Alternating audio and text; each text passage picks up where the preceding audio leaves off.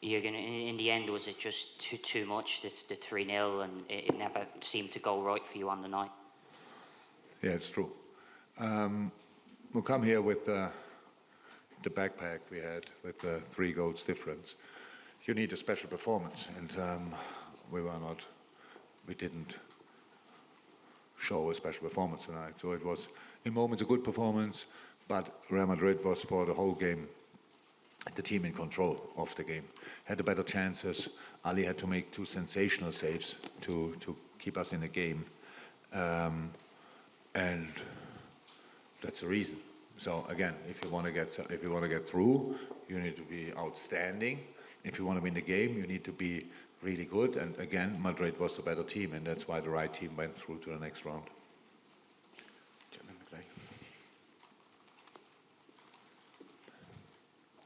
Raise your hand.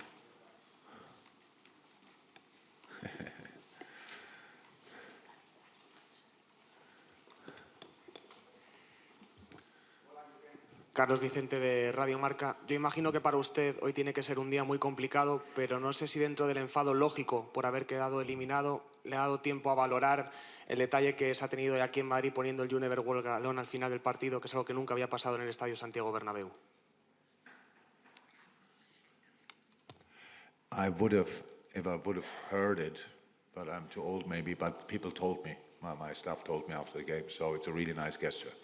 So we are 2 heavyweights who meet each other quite frequently in international football. I think it's clear that we respect each other a lot, and that whoever did it is doing something like that is a really nice gesture, I have to say, absolutely. I was not angry after the game. I'm disappointed, and I would be angry if we would have played better and it was close, and then they win because of a penalty, which is not a penalty or stuff like this. But in the end, that all didn't happen. Real Madrid was just a better side, and I'm long enough in the business to respect that, and that's it. José Padilla, de Defensa Central. ¿Crees que este Real Madrid es favorito a ganar la Champions, viendo sobre todo la superioridad del partido de Anfield? With the experience they have, with the confidence they have, of course they are one of the favorites, but I think who wants to win the competition needs to beat Madrid, or needs to beat Man City, needs to beat Napoli, who we faced, and they are a really good football team. Bayern Munich, and I don't know who I forgot, to be honest. So there are now only really strong football teams involved. So, but Madrid, with their history, is for sure a team who can win it. Dave.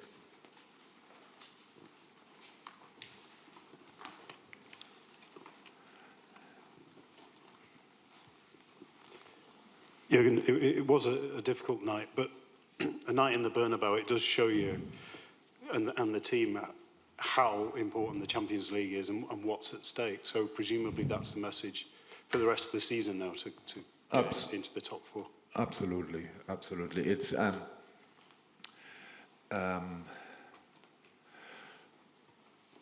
so with the history we have in this competition, I think we start usually in the competition with the idea of winning it, to be honest. So we reached a few times the final, didn't win the final, that's true, that often, but were there anyway 3 times in the last few years.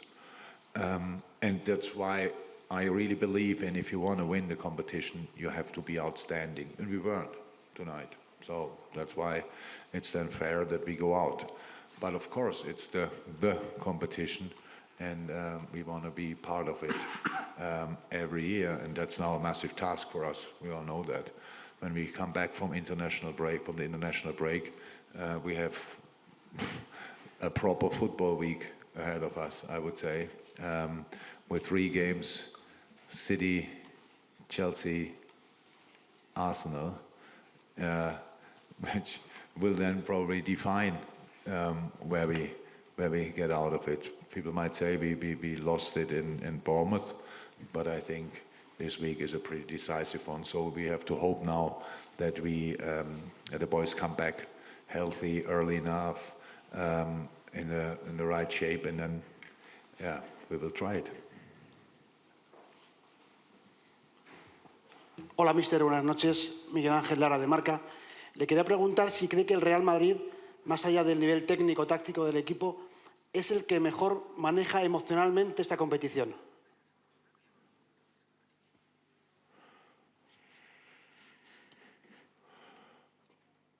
Probably, yes. But that's something they used to handle it the best way. And now we have to see if they can do it again. This year, they have the right manager to do that, for sure, but there are other teams who didn't win it for a while, and they want to go for it 100%. So, unfortunately, we have to watch these big games now from distance. But, yeah, I don't know who will win it, to be honest, so, but it will be exciting to watch.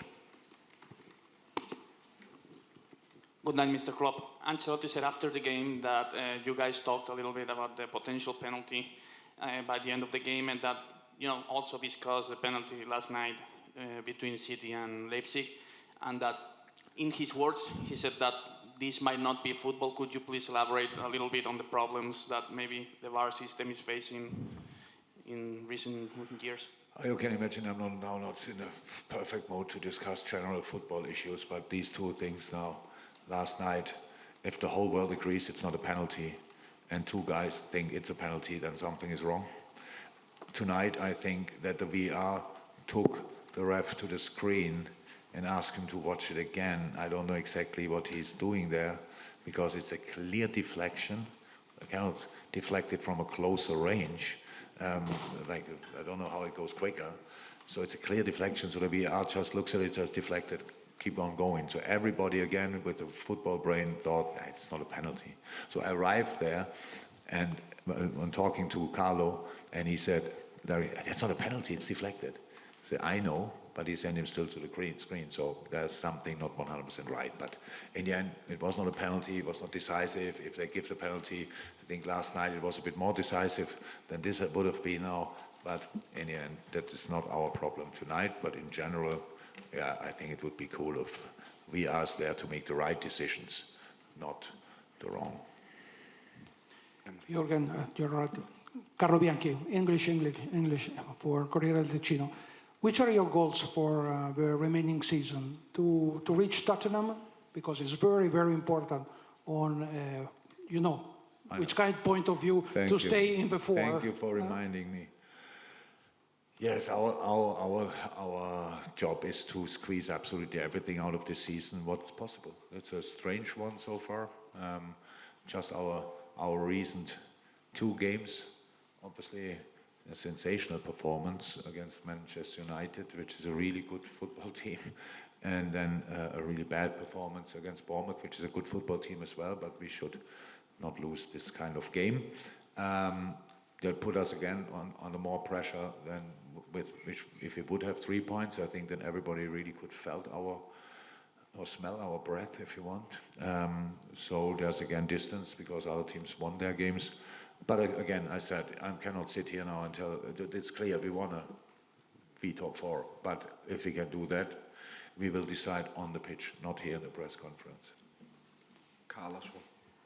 Just a quick on the first two substitutions, Jogo and Darwin coming off, that was just to try and change it up. There's no injuries or anything like that with those two? Yeah, I think for Diogo it was clear that he should now not play extremely long, because he's still coming back from a long injury. And you could see that the game got harder and harder for him. He had these little fouls there, 1, 2, 3. He's not a player who plays foul usually, how we all know, so he comes a bit late. So no risk with him, and you have options on the bench. Yes, and Darwin looked like he was not on his absolute top level as well, and then we need to defend that side as well, because conceding a goal is not helpful in that situation. And yeah, and then we can change like this, that's why we did it. Yeah, we wanted to mix it a little bit, that's true.